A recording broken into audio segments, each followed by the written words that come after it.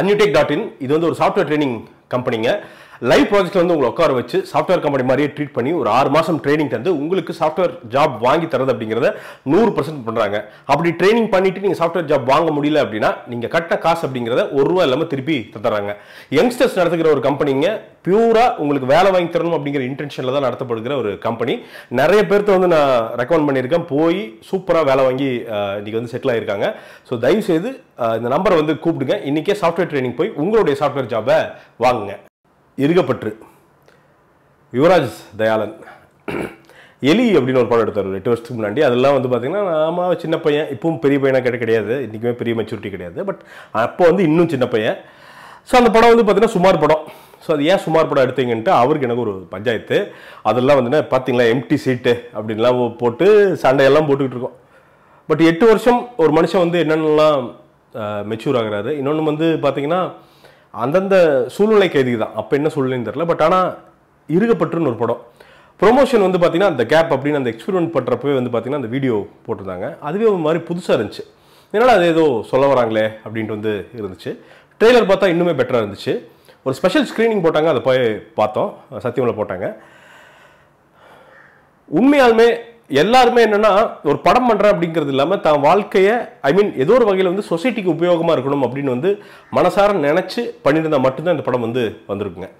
அது வந்து விக்ரம் பிரபு, சத்ரா ஸ்ரீநாத் அவங்க ஜோடி ஆகட்டும், சானியா ஐயப்பன் ஸ்ரீ அந்த ஜோடி ஆகட்டும், விதார்த் அபர்ணதி இந்த ஜோடி ஆகட்டும், இவங்கெல்லாம் பார்த்தீங்கன்னா ஒரு ரெப்ரசன்டேட்டிவ்ஸ் அப்படின்னு சொல்லலாம். இந்த சொசைட்டியோட ஒவ்வொரு செக்ஷனுடைய ரெப்ரசன்டேட்டிவ்ஸ். எலீட் இருக்காங்க, மிடில் கிளாஸ் இருக்காங்க, கீழே இருக்காங்க, இப்படிலாம் அந்தந்த இது இருக்குல்ல, ஒரு மாதிரி கலெக்டிவாக. சரி, அதுக்குன்னு வந்து 20 கப்பல் காமிக்க முடியாது. ஸோ இந்த படத்துக்குள்ளே காமிக்கணும் அப்படிங்கிற ஓரளவு கலெக்டிவாக அந்த மொத்த எமோஷன்ஸ், இந்த கப்பல்ஸ்குள்ள இருக்கிற எமோஷன்ஸ் ஒரு இடத்துல வந்து பார்த்தீங்கன்னா ஆளுமை நிறையா இருக்கும். ஆளுமைன்னா போட்டு அந்த மிதிக்கிறது அப்படிங்கிறது நிறையா இருக்கும். அது வந்து விதார்த்தத்தில் பார்த்தீங்கன்னா ரொம்ப போட்டு அபர்ணதியை போட்டு போட்டு அழுத்துவார்.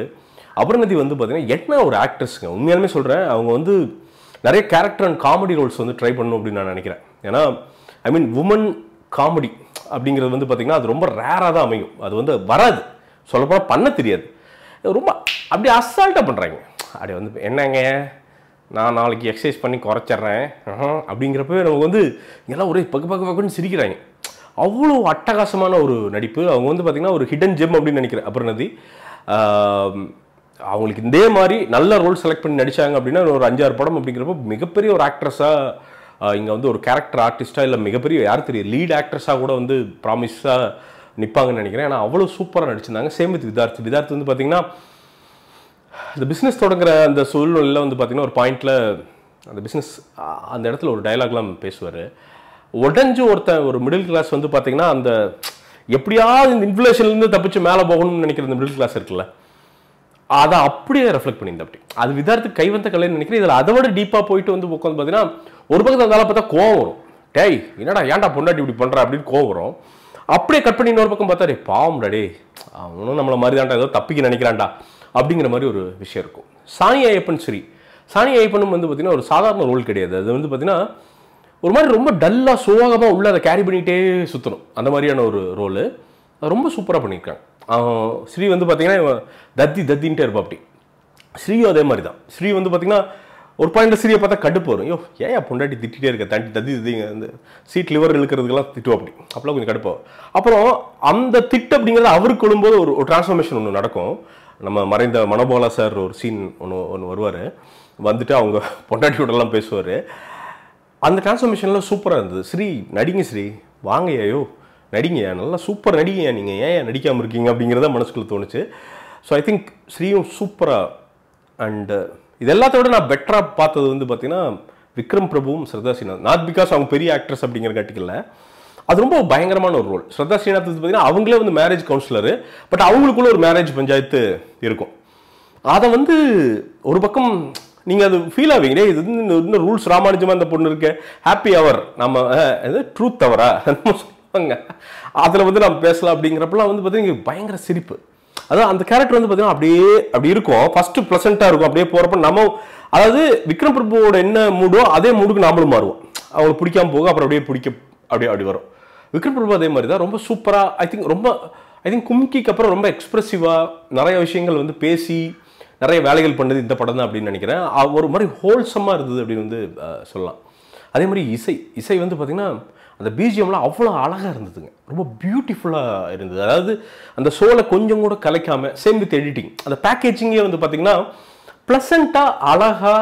இதில் எனக்கு ரொம்ப பிடிச்ச விஷயம் தெரியுமா, யுவராஜ் சூஸ் பண்ண விதம் தான். அதாவது என்னென்னா, இதில் ஈஸியாக ஒரு நெகட்டிவ் காமிச்சிருக்கலாம், ஒரு பொண்ணு தப்புன்னு காமிச்சிருக்கலாம், ஒரு பையன் தப்புன்னு காமிச்சிருக்கலாம்.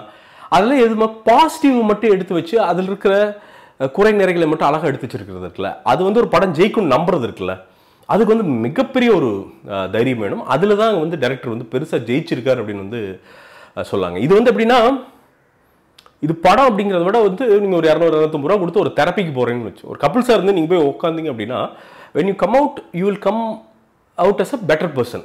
இன்னும் மோர் அண்டர்ஸ்டாண்டிங்காக, இன்னும் சின்ன சின்ன இஷ்யூலாம் இருந்தால் சார்ட் அவுட் ஆயிருங்க. சத்தியமாக அந்த படம் சார்ட் அவுட் பண்ணும். அவ்வளோ ப்ளசண்ட்டாக உங்களை வந்து சர்ப்ரைஸ் பண்ணும். அவ்வளோ ஜென்யூனிட்டி வந்து உங்களால் ஃபீல் பண்ண முடியும். அது நான் விசாரிச்சப்போ சொன்னாங்க, அந்தந்த கப்பிள்ஸ் வந்து அந்த கேரக்டரை ஏற்றுட்டு நடிக்கும்போது வந்து பார்த்தீங்கன்னா அந்த ஆர்ட் டைரக்ஷனே பண்ணலையா, திங்ஸை கொடுத்து நீங்கள் இந்த கேரக்டரை வந்து எப்படி அரேஞ்ச் பண்ணுவீங்கன்னு சொல்லிட்டு அந்த வீடெல்லாம் அவங்களே வந்து அரேஞ்ச் பண்ண விட்டுருக்காங்க. அந்த மாதிரி சின்ன சின்ன விஷயங்கள்லாம் வந்து பார்த்தீங்கன்னா ஆர்கானிக்காக பண்ணங்காட்டி தான் அந்த ரிசல்ட்டும் ஆர்கானிக்காக இருக்கும் என்னமோ தெரில. I think this movie deserves all your appreciation.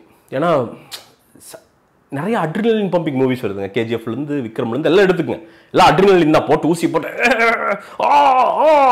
தலைவா அப்படின்ட்டு அது இருக்குது. பட் அது சொசைட்டிக்கு என்ன பண்ணுது அப்படின்னு வந்து கேட்டிங்கன்னா ஒன்றும் கிடையாது. டிக்கெட் விற்கிது, ஹாப்பியாக இருக்காங்க, நிறைய பேருக்கு சம்பளம் கொடுக்குறாங்க, சாப்பாடு போடுது, அவ்வளோதான். மற்றபடி அது பர்சனாக நீங்கள் உங்களை மாற்றுதா பெட்டராகும், நத்திங். பட் இது உங்களை பர்சனாக பெட்டராகும். ஸோ ஐ திங்க் இந்த மாதிரி படங்கள் தான் வந்து this is more relevant to the society than any other black Bastar movie அப்படின்னு வந்து நான் சொல்லுவேன். தயவுசெய்து கபிள்ஸாக இருந்தீங்கன்னா, கபிள்ஸாக ஒரு அசிங்கம் கூட கிடையாதுங்க, ஒரு டபுள் மீனிங் ஒரு விஷயம் கிடையாது, எதுவுமே கிடையாது. ஸோ தைரியமாக உங்கள் ஃபேமிலியோட போய் வந்து நீங்கள் உட்காந்து பார்க்கலாம். நிறைய இடத்துல ரிலேட் பண்ணி சிரிப்பீங்க, நிறைய எடுத்துக்குவீங்க, மேபி சில இடங்களில் வந்து அழுக கூட செய்வீங்க. அதை வந்து உங்களுக்கு வந்து இந்த படம் பண்ணும். வெளியில் வரும்போது it will leave you as a better பர்சனுங்க. இந்த படத்துக்கு என்னுடைய மார்க் அப்படிங்கிறது வந்து 100க்கு கண்டிப்பாக 95 மார்க்கள் வந்து போடுவேன். அதற்கு எல்லா தகுதியும் உள்ள. ஏன்டா அப்படின்னு வந்து கேட்டிங்கன்னா, இல்லை இதெல்லாம் தான் ப்ரொமோட் பண்ணணும்னு நான் நினைக்கிறேன்.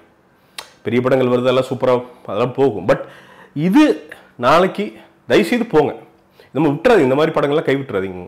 அதான் என்னோட ஜஸ்ட் வேண்டுதல் தான்.